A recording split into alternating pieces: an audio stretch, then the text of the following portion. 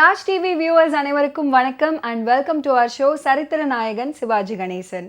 Last எபிசோட்ல பார்த்தீங்கன்னா வெறும் கணேசனா இருந்தவருக்கு சிவாஜி கணேசன் அப்படின்ற பட்டம் எப்படி வந்துச்சு அப்படின்ற சுவாரஸ்யமான நிகழ்வை நம்ம பார்த்தோம். ஸோ தொடர்ந்து அவருடைய ஃபிலிம் கெரியரில் நடந்த நிறைய இன்ட்ரெஸ்டிங்கான விஷயங்களை பற்றி நம்ம பேச போகிறோம். ஸோ வாங்க ஷோக்குள்ளே போகலாம். சிவாஜி கணேசன் பார்த்தீங்கன்னா தொடர்ந்து நாடகங்களில் ரொம்ப பிஸியாக நடிச்சுட்டு வந்துட்டு இருந்தார். அப்போது KR ராமசாமி அவருடைய நாடக குழுவை தஞ்சாவூரில் தொடங்கினார். இந்த நாடக குழுவில் சிவாஜி கணேசனும் இடம்பெற்றிருந்தார்.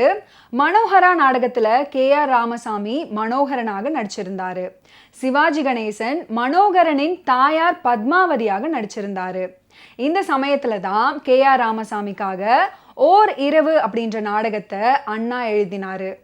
ஒரே இரவில் நடைபெறும் சம்பவங்களை கொண்டு கதையை புதுமையாக எழுதியிருந்தார். இந்த நாடகத்தில் சிவாஜி கணேசனும் நடிப்பதாக இருந்தது.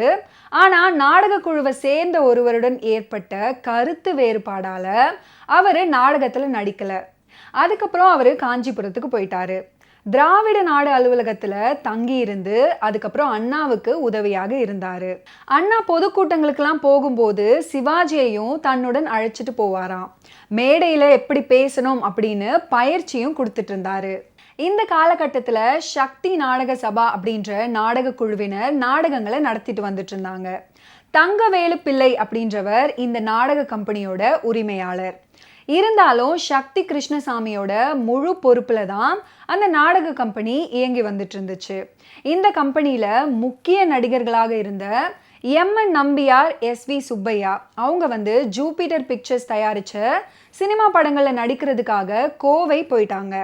அப்போது சக்தி நாடக சபைக்கு அனுபவம் மிக்க நடிகர்கள் தேவைப்பட்டாங்க. சிவாஜியுடைய பால்ய நண்பரான கரந்தை சண்முக வடிவேலு சக்தி நாடக சபை சார்பில் காஞ்சிபுரம் அண்ணாவை மீட் பண்ணியிருந்தாரு. சக்தி நாடக சபாவுக்கு நல்ல நடிகர்கள் தேவைப்படுறாங்க, நீங்கள் சிவாஜி கணேசனை அனுப்பி வச்சா உதவியாக இருக்கும் அப்படின்னு சொன்னார்.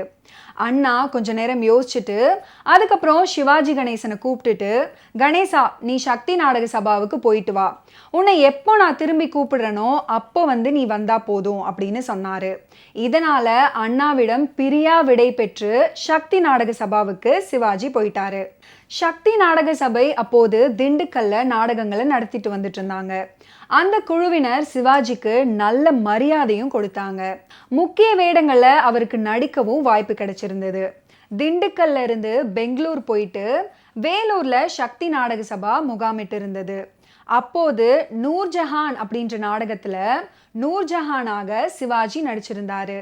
அந்த நாடகத்துல சிவாஜிக்கு வேஷ பொருத்தம் ரொம்ப பிரமாதமாக இருந்துச்சு. அசல் நூர்ஜஹான் போலவே இருப்பாரு.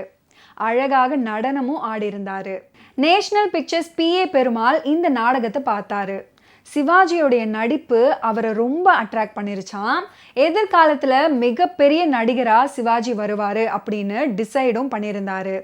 இந்த சமயத்தில் தேவி நாடக சபையினர் பராசக்தி அப்படின்ற நாடகத்தை நடத்திட்டு வந்துட்டு இருந்தாங்க. அந்த நாடகத்தை பெருமாள் முதலியார் பார்த்தார். அந்த நாடகத்துடைய கதை அவருக்கு ரொம்பவும் பிடிச்சு போயிடுச்சு. பராசக்தி கதையை படமாக தயாரிக்கணும், அதுலேயும் சிவாஜி கணேசனை கதாநாயகனாக நடிக்க வைக்கணும் அப்படின்னு டிசைட் பண்ணியிருந்தாரு PA பெருமாள். இப்படி சிவாஜி கணேசனை வச்சு பராசக்தி அப்படின்ற படத்தை PA பெருமாள் ப்ரொடியூஸ் பண்ண நினைக்கும் போது அதுக்கு பலவித எதிர்ப்புகள் கிளம்பிடுச்சு. படத்துக்கு பண உதவி செய்த AVM செட்டியாரும் புதுமுகத்தை வச்சு படம் எடுக்கிறத அவ்வளவாக விரும்பலை. மேக்கப் டெஸ்ட்டுக்காக திருச்சியிலிருந்து சென்னைக்கு விமானத்தில் அழைத்து வரப்பட்ட கணேசனை புகைப்படம் எடுத்து வசனமும் பேச வச்சாங்க. திரைப்படத்தில் வரும் சக்சஸ் அப்படின்ற வசனத்தை பேசினாரு சிவாஜி கணேசன். சக்சஸ் அப்படின்னு சிவாஜி பேசின வசனம் அங்கே இருக்கிற எல்லாருக்குமே சத்தத் அப்படின்னு கேட்பதாக பலரும் குறை சொல்லினாங்க. கணேசனை புறக்கணிக்கவும் செஞ்சாங்க. ஆனால் PA பெருமாள் முதலியார் மட்டும் தான் படம் எடுத்தா சிவாஜி கணேசனை வச்சு தான் படம் எடுக்கணும் அப்படின்னு முடிவு பண்ணிட்டாரு. அவருடைய இந்த திடமான தீர்க்க தரிசனத்தால் திரையுலகுக்கு கிடைச்ச ஒரு பொக்கிஷம் தான் நடிகர் திலகம் சிவாஜி கணேசன் அப்படின்னு சொன்னால் மிகையே ஆகாது. பராசக்தியில் நடிச்சிட்டு இருக்கும் போதே சிவாஜி கணேசனுக்கு திருமணமும் நடந்து முடிஞ்சுது. சொந்த அக்கா மகள் கமலாவை அவர் மணந்தாரு. பெரியவர்களால் முடிவு செய்யப்பட்ட இந்த திருமணம் சுவாமிமலையில் 1952 ஆண்டு மே 1 நடைபெற்றது. காளிங்கராயர் குலமகள் ராஜாமணி அம்மையார் விருப்பப்படி 6 படை வீட்டில் ஒன்றான சுவாமிமலை முருகப்பெருமானின் சந்நிதியில் சீர்திருத்த முறைப்படி எளிமையாக இந்த திருமணம் நடைபெற்றது.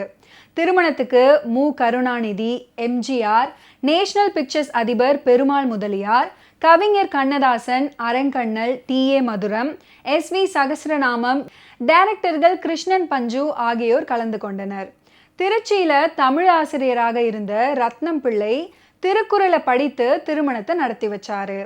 கண்ணதாசன் மாலையை எடுத்து கொடுக்க அதை மணமகளுக்கு அணிவித்தாரு சிவாஜி கணேசன். பின்னர் தாலியும் கட்டினாரு. மணமக்களை கண்ணதாசன் வாழ்த்தி பேசினாரு. ஹோட்டல்ல இருந்து எடுத்து வந்த சாப்பாடு அனைவருக்கும் பரிமாறப்பட்டது. கல்யாண செலவு 500 ரூபாய் தான் அப்படின்னு சிவாஜி சொல்லியிருந்தாரு. இப்படி தன்னுடைய திருமணம் ரொம்ப சிம்பிளா முடிஞ்சிடுச்சு அப்படின்னு வருத்தப்பட்ட சிவாஜி கணேசன் தன்னுடைய தம்பி சண்முகத்தின் திருமணத்திற்கு 100 புரோகிதர்களை வச்சு ஆச்சாரப்படி பிரம்மாண்டமாக திருமணம் நடத்தினாரு. திருமணத்துக்கு அப்புறம் சென்னையில கோடம்பாக்கத்துல வீடு பார்த்து மனைவியுடன் குடியேறினாரு சிவாஜி கணேசன். சில நாட்கள் கழிச்சு ராயப்பேட்டை பெசன்ட் ரோடுக்கு குடி போனாரு. அங்கதான் இப்போது சிவாஜி ஃபிலிம்ஸ் அலுவலகம் இருக்கிறது அப்படின்றது எல்லாருக்கும் தெரிஞ்ச ஒரு விஷயம். ராம்குமார் பிரபு அப்படின்ற 2 மகன்களும் சாந்தி தேன்மொழி அப்படின்ற 2 மகள்களும் சிவாஜிக்கு இருக்காங்க. ஓகே வியூவர்ஸ், இன்னைக்கு நிகழ்ச்சியில நடிகர் திலகம் சிவாஜி கணேசன் அவருடைய முதல் படத்துல எப்படி கமிட் ஆனாரு, கமிட் ஆனதுக்கு அப்புறம் எவ்வளவு சவால்களை சந்திச்சாரு அப்படின்ற விஷயத்த நம்ம பார்த்தோம். அடுத்தடுத்த எபிசோட்ஸ்ல இன்னும் நிறைய இன்ட்ரெஸ்டிங்கான விஷயங்கள்லாம் உங்களுக்காக காத்துட்டு இருக்கு. மீண்டும் சந்திப்போம். நன்றி, வணக்கம்.